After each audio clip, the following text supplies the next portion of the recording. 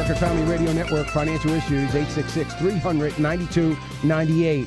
Folks, let's get the phones ringing over for Gospel for Asia for our Christmas Critter campaign. I know you can do that. I know you want to do it. Do it tonight if you have to. If you have kids, do it tonight because it's great to sit around. Make this a Christmas tradition. My wife and I, well, we started doing it with our small group when it first started. And we still do, then we did it with our children. They were older children, but we did it with our children. And then when they moved out, now they do it with their children. And it's just a wonderful, wonderful thing. And it's a great way to really put some money to work for the Great Commission, for the proclamation of the gospel to the furthest corners, to an impoverished, stricken family in Asia. And it is incredible what chickens or goats can do as they receive that gift in the name of Jesus Christ, with the saving grace of Jesus Christ by a pastor or a national missionary that will deliver this to them and make sure that they understand and know the business that they can be in and how to raise these chickens or the rabbits or the goats for the goat milk or whatever they're doing. And it is an incredible gift, changing an impoverished family for their earthly life and for their eternal life. 877-907-GOAT or 877-907-4628. And we hope that you will join us. So go to afr.net and get involved in that. Right now, all the major indices, well, they're mixed right now. The NASDAQ just went negative, but the Dow's up 48. The S&P's up 3. So that's where we are right now, as we expected that they were going to go up. Some good reports coming out from some companies. But listen to this. You all that follow me, follow some of my picks and such, know that International Paper is a company that I really like. It's a company that, I hope that at some point in time as it appeared on my buy list, and if you're following me, that you own some of it. It's a great company. But their management is incredible. And their CEO said this morning, and he has an incredible, you can imagine, an incredible gauge on the future of manufacturing and products and the economy, because they supply the majority of cardboard boxes that pretty much everything gets put in. And they expect, he said that right now, this economy is acting like a 2% GDP growth, and that's what they expect in 2014. That's not good news. 2% GDP growth, by the way, is no GDP growth. It's negative, in my opinion. You know that. You've heard me long enough to understand that I don't believe, the facts are, let me put it that way, the facts are, we've got to get above 2.5% in GDP growth to actually have any true GDP growth. The reason for that is it takes a 2.5% GDP growth just to keep up with our population growth and those coming into the workforce. So anything below 2.5% is negative. We're going backwards. Anything below 2.5%. We've been going backwards.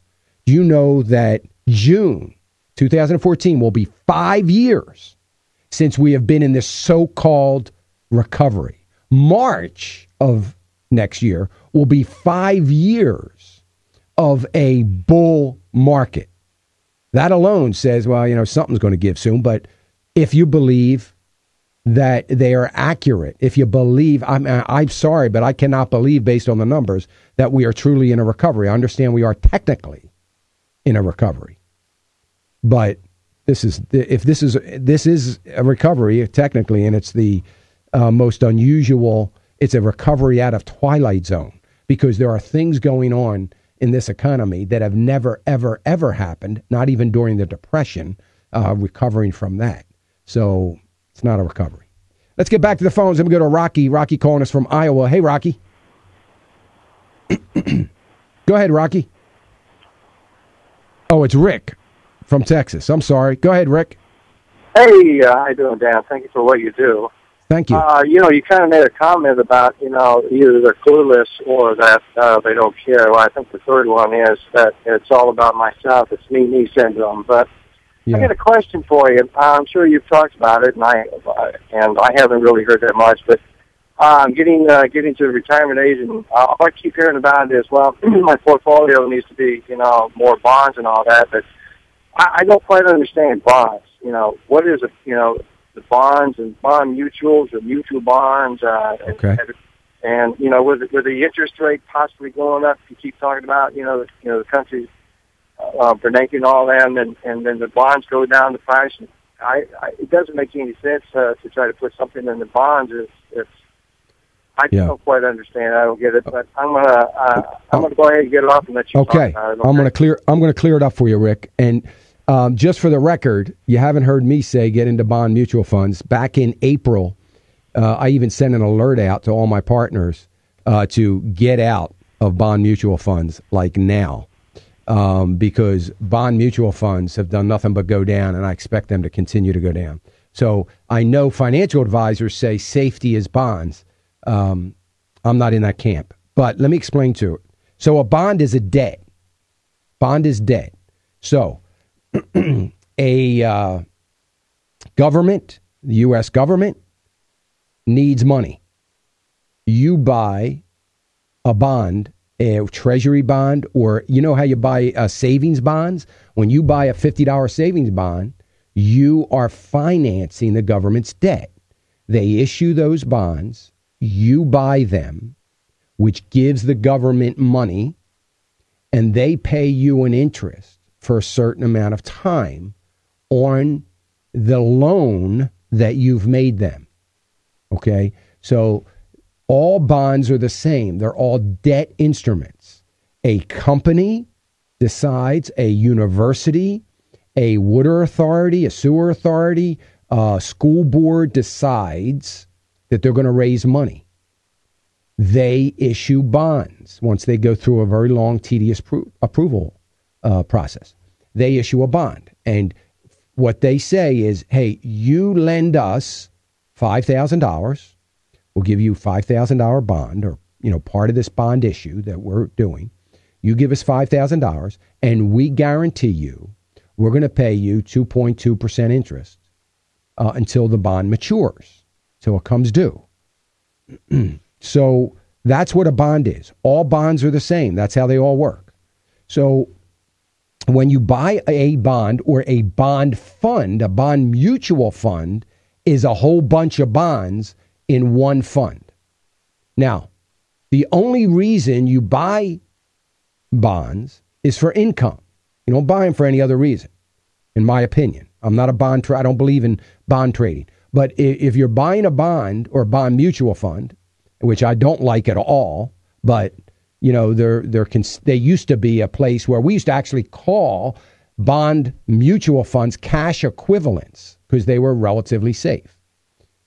Now, so you buy those because you're not really caring that your $5,000 or $1,000, whatever you put in there, is going to turn into $1,050 or $1,100 or whatever, go up in value. What you care about is that bond mutual fund has an annual yield, that's like interest on a CD, that it's going to pay you every year, of 2%. You're doing it for the income. So you're going to take that income and you're going to spend it, or you're going to live off it, or whatever. That's what bond mutual funds, that's what bonds are best suited for. So it doesn't make sense, right, that a bond would go, you referred to me saying, which I've said, that the interest rate is going to go up. The government interest rate is going to go up.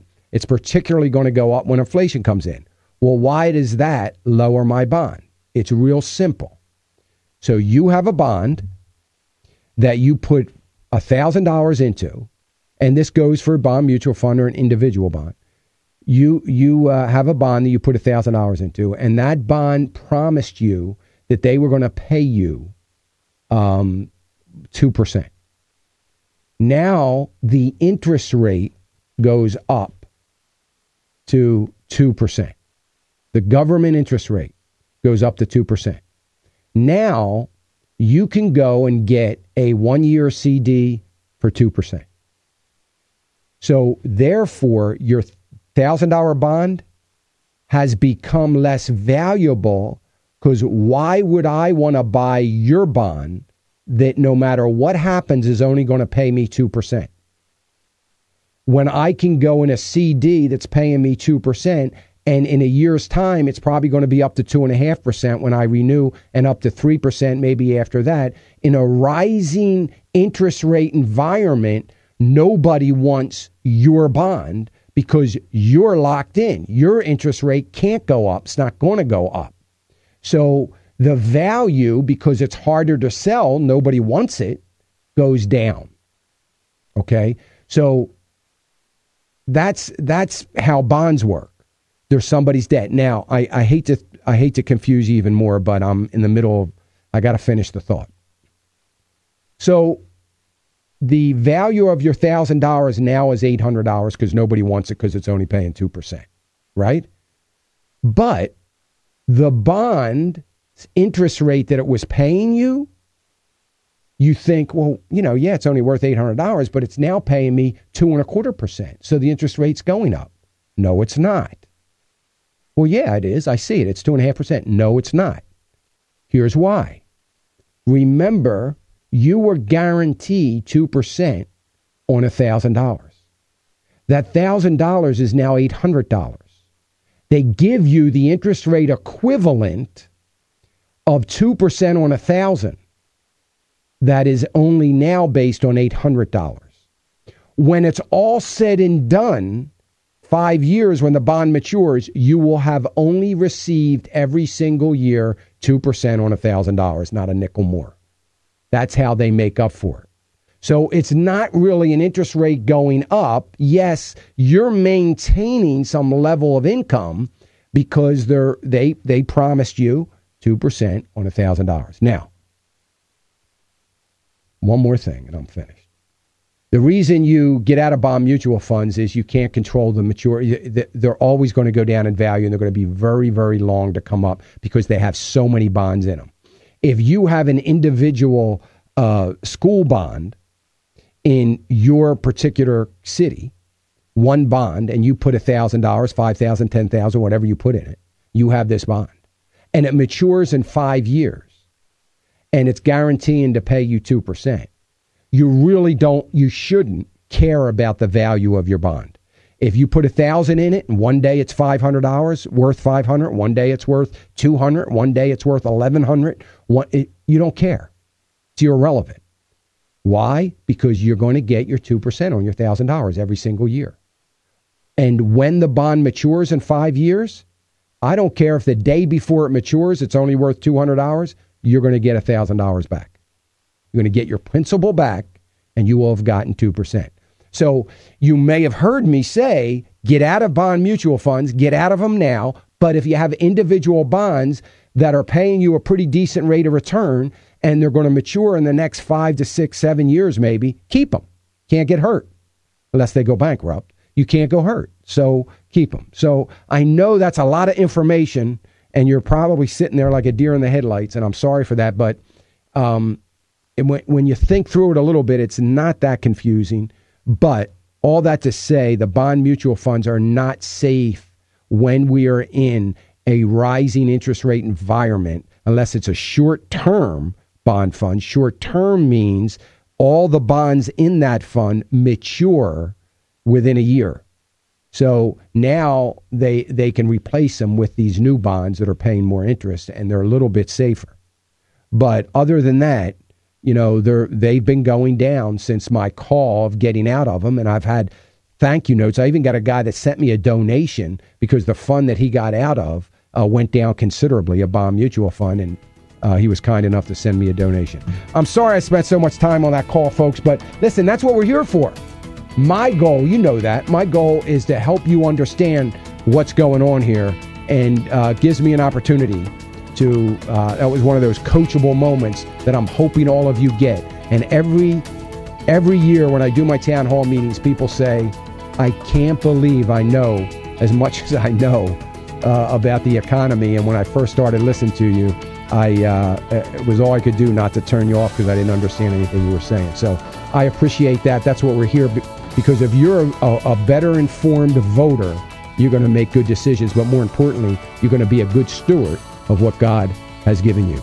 You're listening to American Family Radio Financial Issues. I'm Dan Celia, 866-300-9298. We're going to get right back to the phones. We're going to stay with the phones, and we'll try to get through them as quickly as we can. Stay with us. We'll be right back after the news.